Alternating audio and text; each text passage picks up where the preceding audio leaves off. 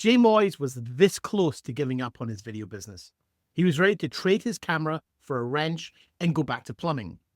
But instead, he built a 6-figure video business and now travels the world doing what he loves. So how did he go from nearly giving up to filming in dream locations worldwide? And what one decision changed everything? If you've ever felt stuck in your creative career or wonder if success is really possible, Jay's story might be exactly what you need to hear today. Now, don't forget to like and subscribe and enjoy the interview. So we are here, it's February 2025. You did over 6 figures last year. Tell me about that journey. Where have you come from? You're in a really good place. You posted something in the community recently where you said you'd set yourself some goals about this time last year, and you created some imagery, and you ticked a lot of them off. Do you want to maybe start there? Well, a part of the training that we do here with the VBA, the first thing we do is mindset. So there's nothing about, anything else. It's just start with mindset, which is a great place to start, because if you don't believe something's possible, then you're probably not going to make it happen. So the first year I was doing, everything for everybody, anything someone would pay me for, I'd be happy to do. So, and then a year after that, just doing a lot more reading, listening to the guys in the group, the weekly calls, and just started sort of piecing stuff together, like everything, what everyone says or whatever's in music and books and all that, I can see it's all related. Everyone's sort of just got their own interpretation of it. So you start sort of listening to that sort of things, and then you start to believe things are a bit more possible, especially with the mindset training. And then I saw a post on LinkedIn that was similar to like a vision board exercise that the Den Lennie do, but it was just using AI with the way that that's come. And just put in, what do you want your ideal life to look like? And instead of just doing the one image, I decided to do a fair few things, 6 of them in total actually. Just started, I left it as it was, February, about this time last year, created those 6 images and just left them, didn't sort of look at them every day or nothing. And then by the end of the year, came back to it and realized that, 5 or 6 of them I had done. And the similarities between them were, shocking. So what were some of those things that you created? What were some of the goals that you wanted to achieve? Because we were just before the call, we were saying, business success isn't just about money. So what were some of the things that you set out to achieve last year? One thing I've always wanted to do, and where I'm sort of going to with my business, is sort of more outdoor adventure work. And one of those things was getting underwater with a camera. Licensed scuba diver, but I've always just taken GoPros, and as good as they are and how convenient they are, they still don't create that quality image that I wanted. So I decided to buy housing and fly to the Philippines, and apart from just going diving, do a couple other things there I always wanted to be. So this group's allowed me to do that, to have that freedom to, pack up and go do something. It was only a short trip, but I made it happen. So that was pretty cool. Got literally just jumped in the water with the camera, a $5,000 camera with a $3,000 lens on it, and just hoped it would work. And it did. And then another one was I was in a communal office space, just at a private desk, shared desk in a private office space, and always wanted my own space, especially to do stuff like this and just have the doors shut. And when it comes to editing and color grading, turn the lights off and all the rest of it. So that was another thing that I wanted. And halfway through the year, the office space that I was in called me up and said, one of the spots is opening. Do you want to take it? So, that's another one ticked off. But once again, I didn't actually look back at this stuff. It just sort of things just started to happen. So, yeah. And there was a couple of other things in there. There was like some 4x4 trips that you wanted to do. There was like road trips. Tell me about them. Yeah, so once again, sort of on that adventure outdoor sort of side of things, I wanted to do some filming up in the Flinders Ranges down here in South Australia, and I had worked with a client before that we'd done some four-wheel drive content for. They ended up calling me up to book me for another 3 days, and the image I had was through AI. The image I had was a four-wheel drive driving around a bend, sort of dusty road, and when it came down to it, that's the exact stuff we were filming when we went out again that day. Another one was I wanted to go to India and do a bit of a good deed project. And a lady who had been to India before, we had just caught up randomly for coffee here and there, and sort of told her what I was thinking of doing and try to give back a little bit. And she said, well, I can make that happen. So we booked a trip and went over there, did it very cheaply, and stayed with a few of our friends. And worked the whole time I was there on stuff I'm doing back here in Australia, and made that happen. And then what was the other one? Just, yeah, adventure as well, getting filming something in the adventure tourism space. And I have a friend who's a photographer, and she called me up one day and said, I'm doing an Airbnb shoot over at Kangaroo Island and they want some video stuff as well. Would you be interested? So, yeah, of course. Yeah, amazing. So really just, you set very clear intentions for specific things you wanted to achieve in a 12-month period. You wrote them down essentially with the help of AI, and then 12 months later, all but one had come to reality. Correct. Yeah. So when we go back, like to the beginning when we first met, I think maybe a couple of years ago now, maybe even longer, tell us where you are at that stage of your journey.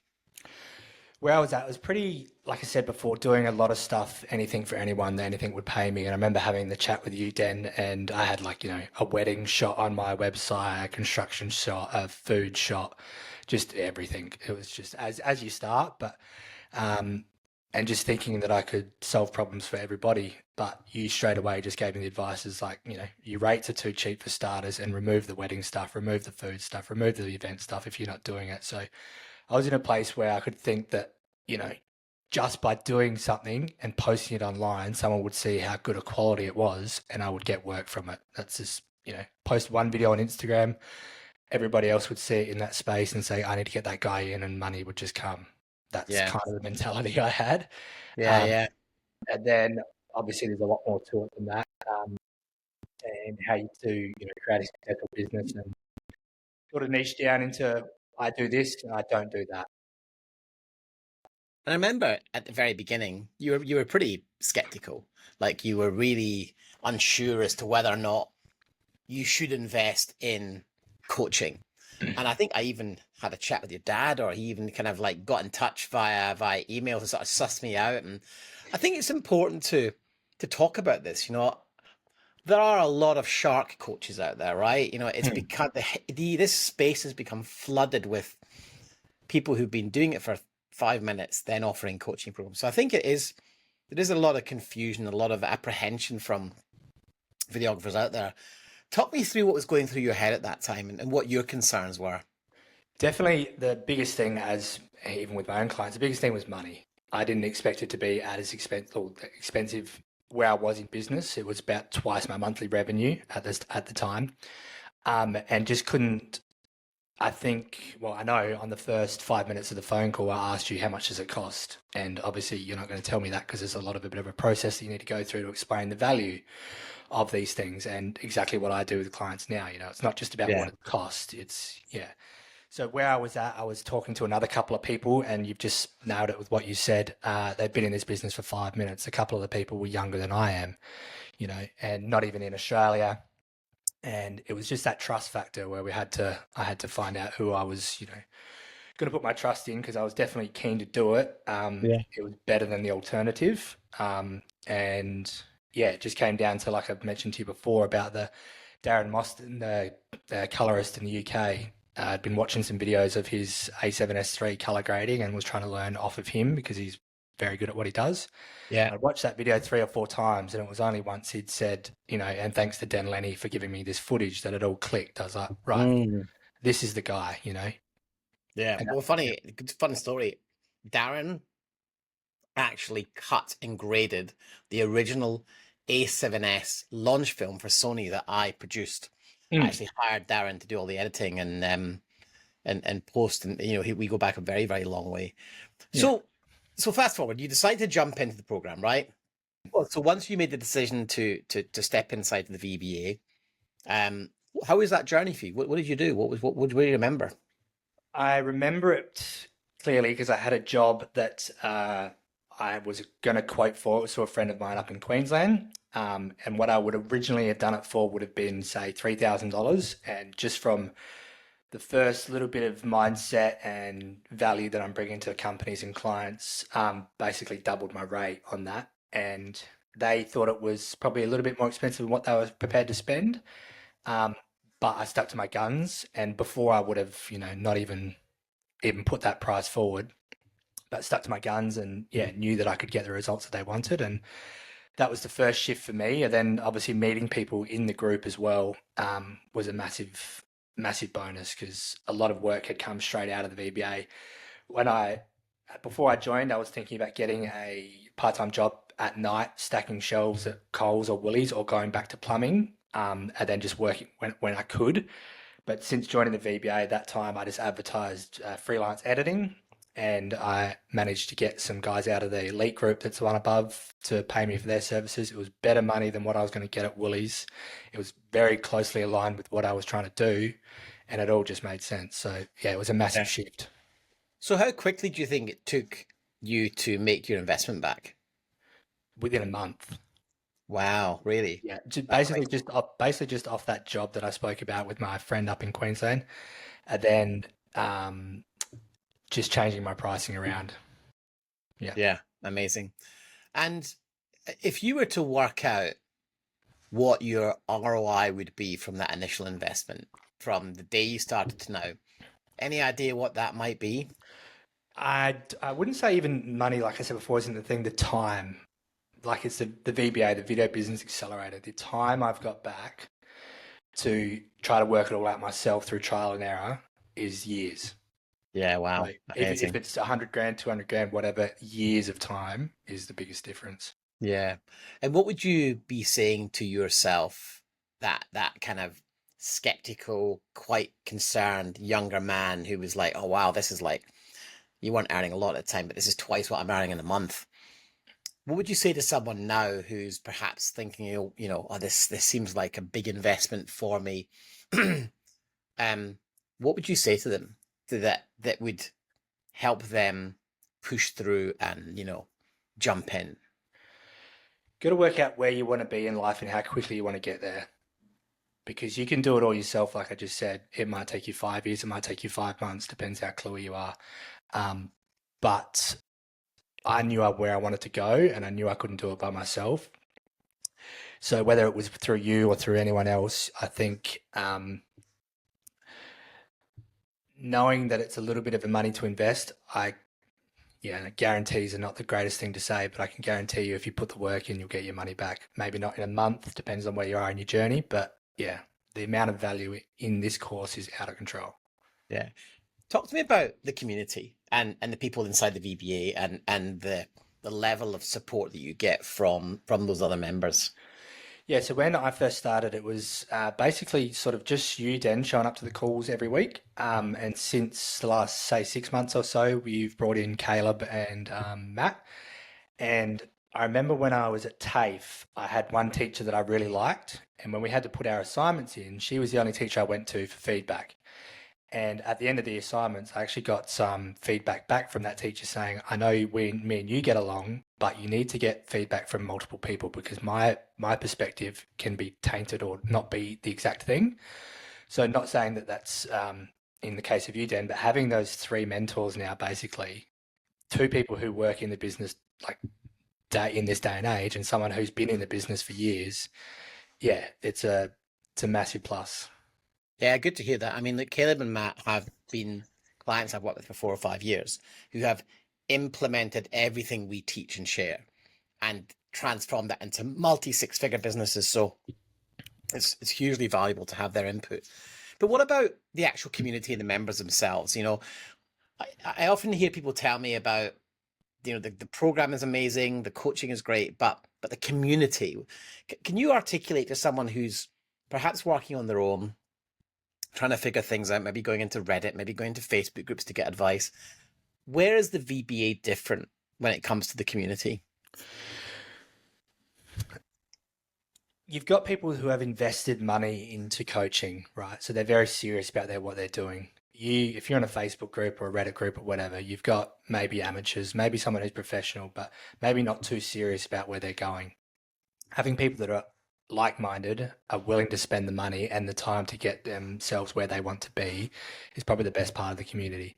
And there's people that are on the same page as you. There's some people that are 6 months behind and there's people that are 10 years ahead. So within that frame, you can find out something that you need to know today that someone's done 6 months ago, or you can see how people speak from people who may be 5 or 10 years ahead of you. Maybe it's not something you're going to implement right now, but having that stuff in your brain, knowing that that's where in 5 or 10 years I need to be thinking, is massively valuable.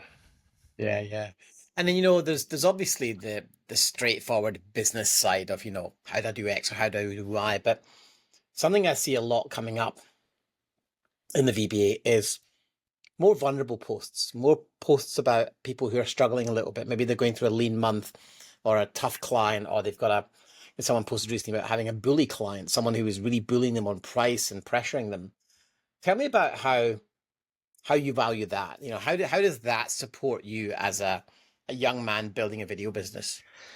Well, in those cases, it's, you could go home and speak to your spouse or partner about, what's going on in your life in a video business and how this client is affecting you mentally or whatever. But if they're not in that space, it's very hard for them to relay or give guidance. So for those guys and girls that are in the group that can come into someone who's maybe gone through that before or maybe is going through it now and something similar, to have that support as well as maybe a spouse or a partner or whatever is just, yeah, it's incredible. Yeah. And, you know, you've obviously gotten really busy recently, so I've probably not made as many calls as you'd like. But, you know, do you still use the resources? You know, how do you still take advantage of the community and the resources available to you? Definitely.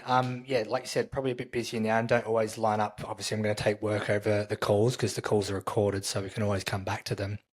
But it's just always little nuggets of information that just continue to add value, whether it's through the training that you guys are continually updating, or if it's just through, like I said with Caleb and Matt being on there.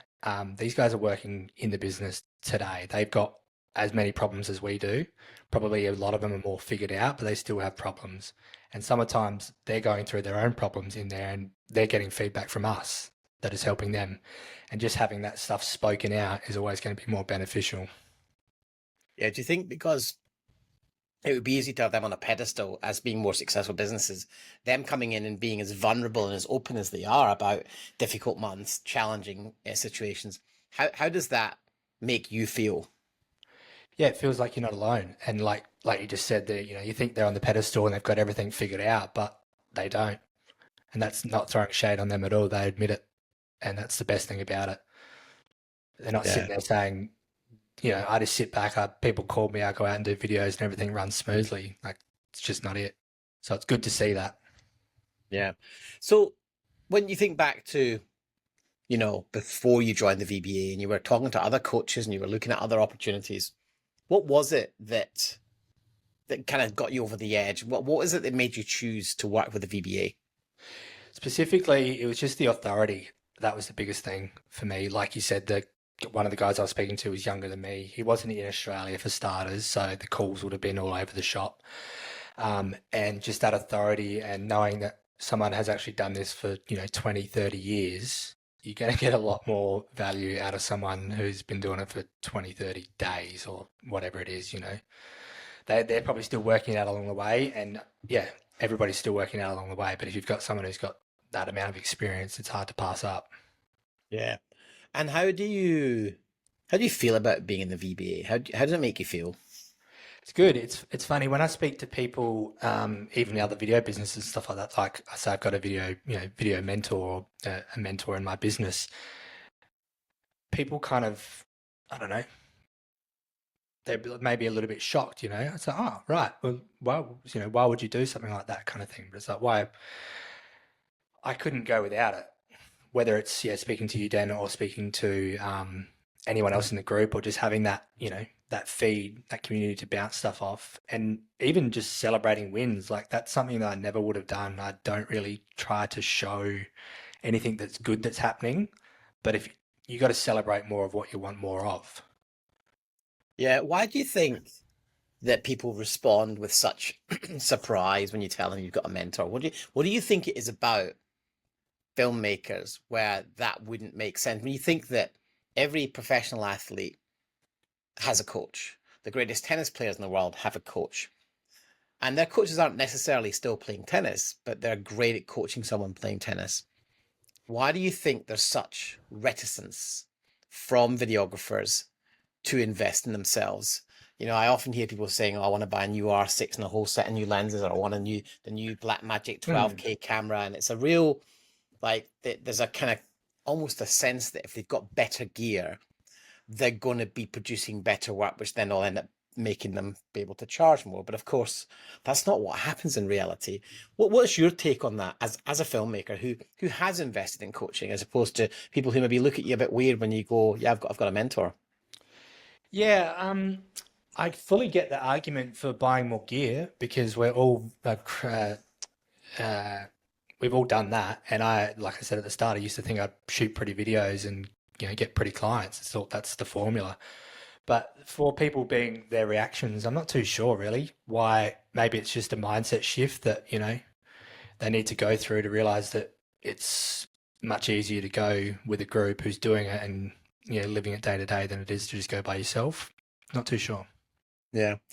So anything else you want to share about your journey and where you've got to and how you feel about that? Well, first I'd just say thanks to you and the VBA community. It's been awesome. It's changed my life for sure. And I know I even speak to friends now about just general conversations, but they can tell how much I've changed in the last couple of years since being in this group. And I look forward to changing even more in the coming years. That's awesome, man. Well, it's been an absolute joy to watch your journey expand, to see you having commercial success, to see you achieve life goals. And, I'm excited to see where you take it next. And like we were saying earlier, success is not just measured in terms of how much money you make, but how much time you have. And, you're often away in foreign countries doing cool things. So I hope that you continue to do that. No, I appreciate it for sure. It's been such a good journey, and I'm looking forward to what's ahead. And I think honestly, from where I came from being in the plumbing industry to now doing this, like some days driving to work, driving to the office just to do a day of editing, like I honestly feel like the happiest person on the road, listening to music, cruising, window down. It's like I've said it to myself a few times, like there's no one as happy as I am right now going to work. So That's amazing, man. It's a That's so massive good. shift. Yeah, incredible. Well, mate, thanks for sharing your story. I think it's inspirational. Hopefully it will help someone listening to this or watching this, just seek some support. And it's really cool. Let's just do this again another year and see where you're at then. Sounds good. Thanks, Dan. I appreciate your time.